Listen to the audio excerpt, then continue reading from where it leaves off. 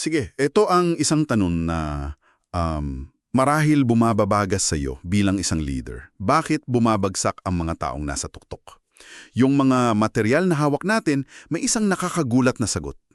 Hindi raw ito madalas dahil sa kakulangan sa talino, karanasan o kahit magandang stratehiya.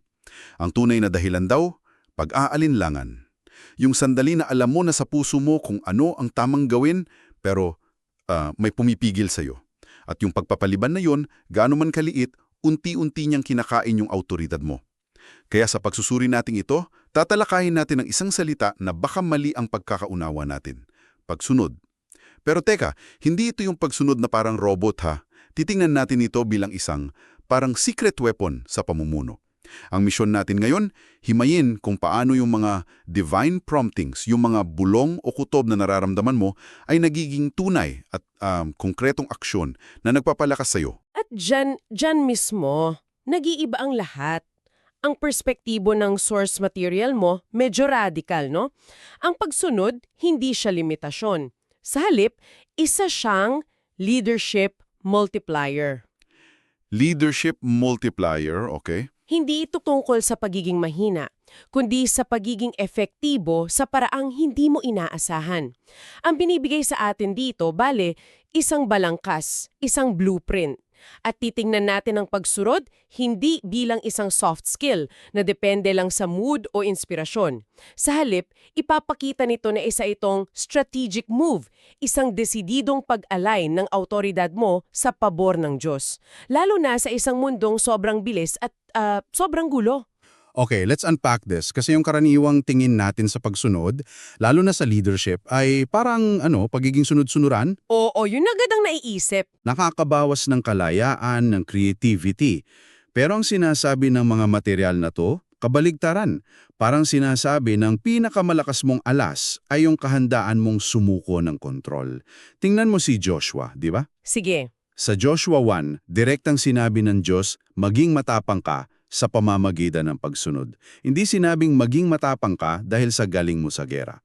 Inugnay niya yung tapang at tagumpay sa pagsunod. Eksakto. O kaya naman si Daniel, yung, di ba, simpleng desisyon niya sa Daniel 1 na huwag kainin yung pagkain ng hari. Oo, yung kwento na yan. Yon ay isang maliit na akto ng pagsunod, pero yon ang naging pundasyon ng impluwensya niya sa buong Babylonia. Hindi nito pinakitid ang mundo niya. Ito ang nagbukas ng mga pinto. At dito tayo, dinadala sa isang tanong na bumutas talaga sa akin mula sa source. Paano kung ang otoridad na ipinagdarasal mo ay nasa kabilang panig ng isang utos na matagal ka man ng ipinagpapaliban? Grabe, napakabigat na tanong yan. O nga parang may susi ka na pala, ayaw mo lang gamitin. So, paano natin bubuksan yung pinto na yon? Ano yung sinasabing Divine Leadership Blueprint? Okay, ayon sa mga material mo, yung blueprint na ito nakatayo sa 3 haligi. At ang pundasyon ng lahat, yung una at pinakamahalaga ay pagpapakumbaba. Humility. Humility. Pero hindi ito yung humility na parang pagiging mahiyain o pagpapanggap na hindi mo alam ang ginagawa mo, ha? Ito yung pagkilala na gaano ka man katalino, may karunungang mas mataas sa'yo. Yung pagbitaw sa ego. May kwento sa material tungkol kay Pastor Elias, isang leader na inalok ng posisyon sa isang megachurch.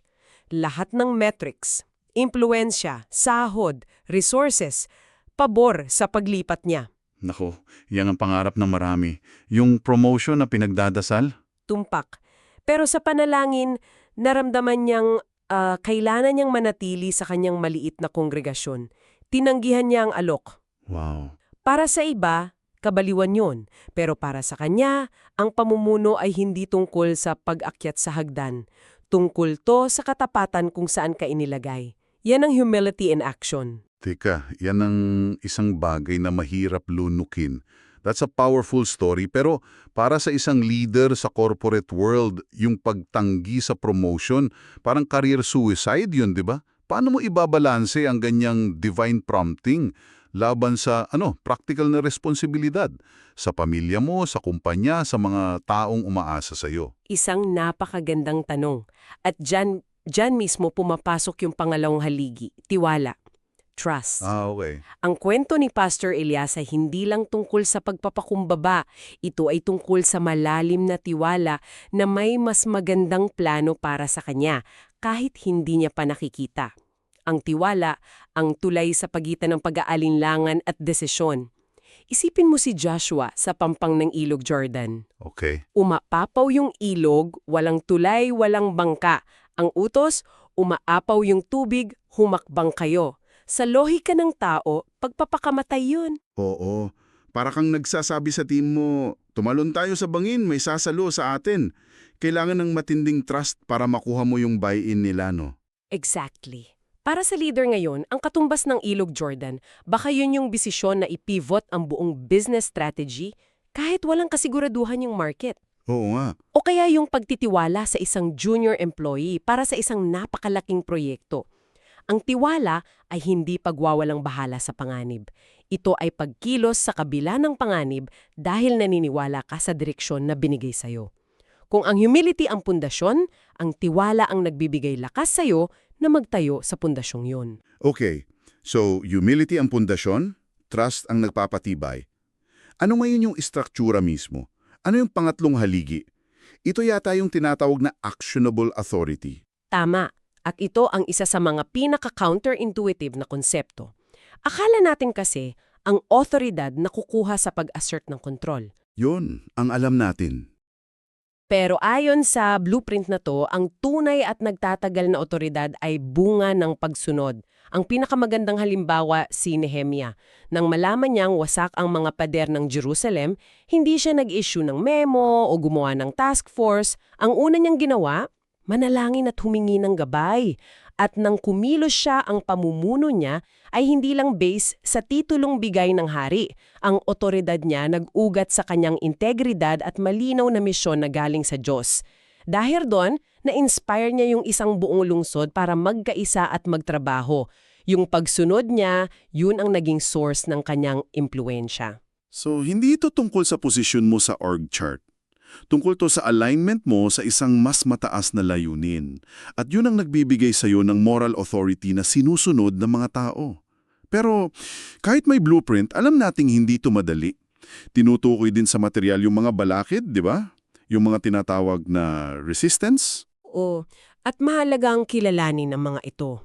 Ayon sa source, may 3 pangunahing kalaban sa loob natin. Una, yung takot. Yung boses na nagsasabing, paano kung malito? Paano kung mapahiya ako? Laging nandyan yan. Pangalawa, kayabangan. Yung mortal na kaaway ng humility. Yung pag-iisip na, mas alam ko, kaya ko to nang walang tulong. At ang pangatlo, at marahil yung pinaka-subtle sa lahat, ay ang maling pag-unawa sa kung ano ba talaga ang pagsunod. At itong pangatlo ang gusto nating linawin. Sige, hamayin natin yung mga maling akala. Ano yung una? Okay, unang maling akala. Ang pagsunod, daw, ay isang biglaang inspirasyon, hindi isang disiplina. Yung parang hihintayin mo lang yung aha moment. Yun nga, yung tipong hihintayin mo lang ang isang malakidlat na pakiramdam bago ka kumilos. Pero ang katotohanan, isa itong disiplina, isang muscle na pinalalakas araw-araw sa pamamagitan ng maliliit na desisyon.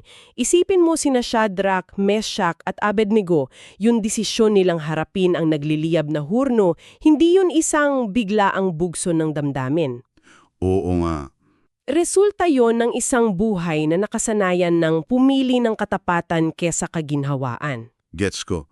So, hindi ito parang lottery na tatama sa'yo. Kailangan mong mag-training. Kailangan mong i-build yung muscle na yon. Paano naman yung pangalawang maling akala? Ang pangalawang maling akala ay, ang pagsunod ay tungkol lang daw sa mga malalaki at dramatikong gawain, yung mga parting the Red Sea moments. Yung mga pangpelikula. Oo, yun. Pero ang binibigyan diin sa material ay cumulative ang epekto nito, naiipon. Ang katapatan sa maliliit na bagay ang naghahanda sa iyo para sa malalaking responsibilidad. Balikan natin si Daniel at yung pagkain. So unang tingin napakaliit na bagay, di ba? Ano naman ang masama sa pagkain ng steak mula sa kusina ng hari? Parang wala naman. Pero yung maliit na hindi niya sa bagay na yun, yun ang nagpatibay sa kanyang espiritual na gulugod para sa mas malalaking pagsubok sa hinaharap, tulad ng kulungan ng mga leon. Parang siyang character building exercise. Kung hindi mo kayang maging tapat sa ₱100, paano kapag kakatiwalaan ng 1,000,000? Ngayon, yung pangatlo. Ito yung pinaka-interesante para sa akin kasi sinasabi ng source na ang pagsunod ay hindi bulag. Tumpak. At yan ang pangatlong maling akala. Na ang pagsunod ay blind obedience, para kang robot na sunod lang ng sunod. Pero ang sabi sa source, hindi ito ganun. Ito ay isang relational alignment. Relational alignment? Okay. Isipin mo na lang na parang Waze. Hindi mo basta sinusunod yung bawat liko, tinitingnan mo rin ang daan, pinapakinggan mo ang instructions, at may tiwala ka sa sistema na nagbibigay ng direksyon. Kailangan ng discernment, matalinong pagkilates. Ang klasikong halimbawa ay si Abraham na inutusang ialay si Isaac. Hindi yung mindless yon. Grabe yung utos na yun. Sabi sa aklat ng Hebrews, nangatwiran si Abraham sa sarili niya na kung ipapatay ng Diyos si Isaac, kaya rin niya itong buhayin muli. Ang pagsunod niya nakaugat sa malalim na relasyon at tiwala, hindi sa bulag na pagtalima. Pero teka, hindi ba't manipis lang ang linya dyan? Paano malalaman ang pagkakaiba ng matalinong pagkilate sa simpleng overthinking o pag-aalinlangan na siyang problema natin in the first place? Baka yung pagkilatis mo, yun na pala yung hesitation na pumipigil sa'yo. Isang kritikal na punto yan. At dito nagiging mahalaga yung community at ang pagiging bukas sa payo. Ang discernment ay hindi lang solong ginagawa. Madalas, ang confirmation ay dumarating sa pamamagitan ng mga taong pinagkakatiwalaan mo na mayroon ding relasyon sa Diyos. Pero sa huli, ang pinagkaiba ay yung motibo. Ang pag-aalinlangan, madalas nakaugat yan sa takot. Ang matalinong paghihilatis, nakaugat sa pagnanais na masigurong tama at malinaw ang pag-unawa mo sa utos bago ka kumilos. Ah, okay. Hindi ito paghahanap ng dahilan para hindi sumunod, kundi paghanap ng kalinawan para makasunod ng tama. Malinaw yan. So, hindi ito pag-off ng isip mo, kundi pag-align ng isip at puso mo.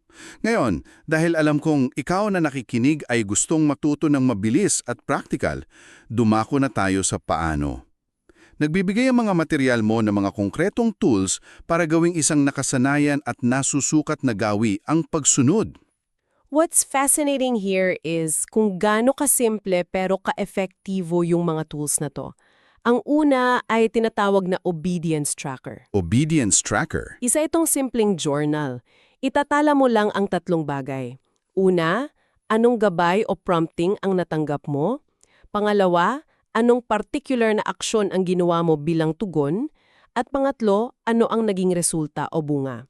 Sa paggawa nito, nakikita mo yung mga pattern ng pagkilos ng Diyos sa buhay mo at nakakabuo ka ng momentum. Parang fitness tracker pero para sa spiritual discipline mo. Pero teka, hindi ba delikado yan? Baka maging performance-based checklist lang ang pananampalataya imbes na relasyon.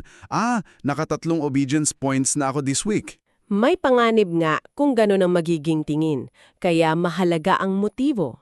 Ang layunin ng tracker ay hindi para mag-ipon ng puntos, kundi para sa 2 bagay, paggunita at pagpapatibay. Okay. Paggunita sa katapatan ng Diyos noong mga nakaraang pagkakataon na sumunod ka na siyang nagpapatibay ng loob mo para sa susunod.